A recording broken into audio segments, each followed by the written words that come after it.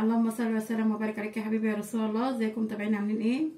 جايلكم النهارده بوصفه خفيفه وسريعه، وقلنا يعني نعمل حاجات سريعه كده عشان ما نقفش كتير في المطبخ. انا كان عندي 3-4 معالق لحمه مفرومه كده متعصجه في الفريزر، قلت اطلعهم بقى واستغلهم بشويه خضار، جزر مسلوق، بسله مسلوقه، واعمل بقى احلى صينيه جلاش النهارده جنب طبق سلطه اخضر. تبقى حاجه خفيفه وتنفع سحور وتنفع فطار.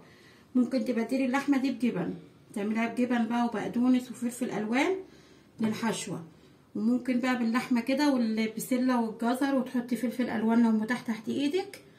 ومعانا الجبنه موتزاريلا، والخلطه اللي هنسقي بقى صينيه الجلاش معاها لبن وكوبايه زبادي من اللي انا عاملاها في البيت، ونص كوبايه سمنه او زيت، معلقه صغيره بيكنج باودر. ده اللي هنسقي بيه ايه الجلاش، خليط الجلاش.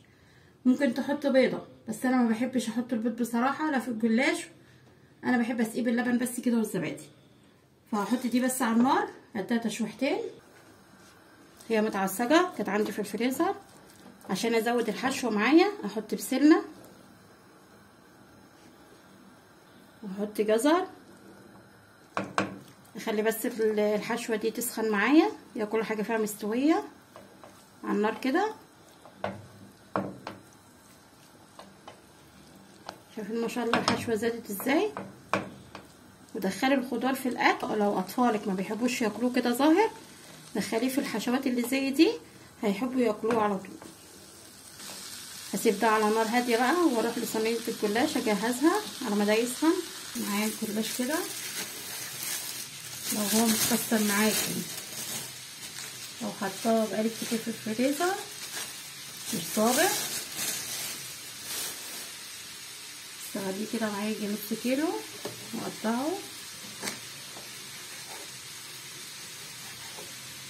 اللفه دي بصراحه كانت عندي في الفريزر بقالها فتره، فحسيت ان هي مش هينفع اعملها رقات، فقلت اقطعها كده واستغلها اعمل بها صينيه جلاش حلوه جميله يبقى طعمها تحفه في منتهى الجمال.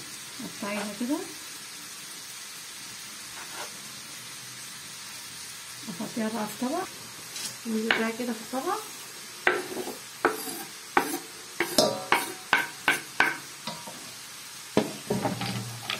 افرفطها كده، افك الورق كله من بعضه، تكون متفرفطه متبقاش ماسكه ببعضيها. انا كده فرفطتها هي كلها، فككت الاوراق كلها من بعضها بالطريقه دي. عايزه تقطعيها الطول بتاعها قطعي، يعني تقطعي كده براحتك حسب رغبتك يعني، بس انا هسيبها كده. اجيب بقى الخليط اللي هسقيه بالجلاش. معايا هنا كوبايه اللبن، احط عليهم بقى كوبايه الزبادي اللي انا عاملاه في البيت. احط بقى المعلقه الصغيره البيكنج باودر، هقلب الخليط ده شويه على ما الزبادي بس يفك في قلب اللبن.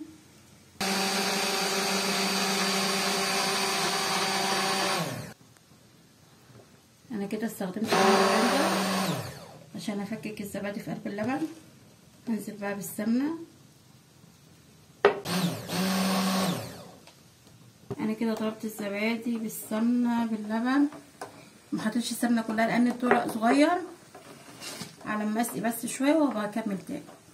ممكن تحطي معلقه قشطه، بس انا هستكفى بكده لان الزبادي بتاعي بخيره. نيجي بقى على الصينيه اللي هنشتغل فيها، ادهنها سمنه. ادهن الصينيه بقى اللي هنشتغل فيها بقى بالسمنه كده. الجناب برضو منسوش الجناب، عشان لو حبيت اقلبها تبقى سهله معايا.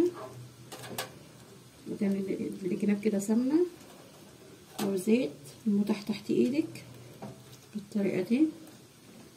هنزل بقى بنص الكميه بتاعه الجلاش معايا كده، انزل بيها كده اوزعها في ارضيه الصينيه بالطريقه دي زي ما حضراتكم شايفين.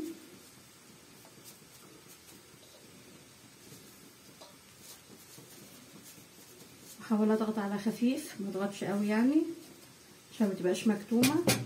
نضغط على خفيف كده. اجيب الخليط اسقي بيه شويه كده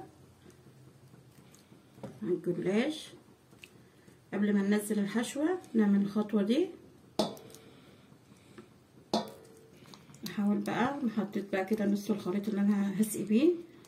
احاول بس كده اظبط الصينيه، مش ان انا بضغط قوي.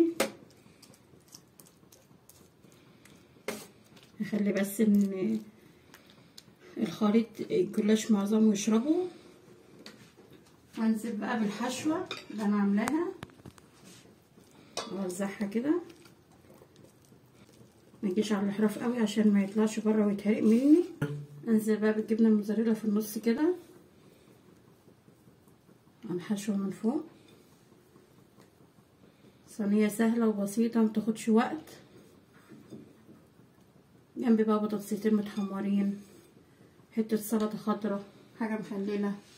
هنزل بقى ببقيه الجلاش اوزعه برضو بالطريقه دي.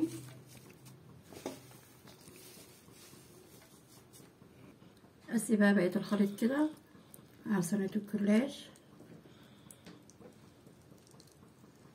انتي حابه تحطي بتحطي، بس انا ما بحبوش بصراحه، فانا بحب استكفى باللبن والزبادي حسب الفرن بتاعك برضو بتطلع جميله ووشها جميل. تحطيها بقى في الرف الوسطاني، متاخدش وقت، على درجه حراره 200 نص ساعه. هتفطري الجلاش يا حبايبي بعد ما عملناها. بس انا رشيت على رشه حبه البركه قبل ما ادخلها الفرن، نسيت اقول لكم الحته دي. انا بحب ريحه حبه البركه في المخبوزات عامه. فهي عملنا فطير الجلاش من غير عجين، من غير تخمير، من غير اي حاجه خالص ولا دقيق. ما شاء الله جميله في منتهى الجمال. وزي ما قلت لحضراتكم ممكن تحشيها جبن، وصنف جميل وشكله حلو ازاي. شايفين الشكل بتاعه في منتهى الجمال ازاي. ممكن تعمليه من ضمن الاصناف اللي تحطها على سفرتك. يعني ممكن تحطي على وشها زيتون لو انت حابه الزيتون، متاح لو موجود عندك، يعني متاح تحت ايدك. وفي قلبها كمان برضو ممكن تحطي زيتون. واتمنى النهارده يكون الوصفه بتاعتي عجبتكم. ما تنسوش تعملوا لايك وشير واشتراك في القناه.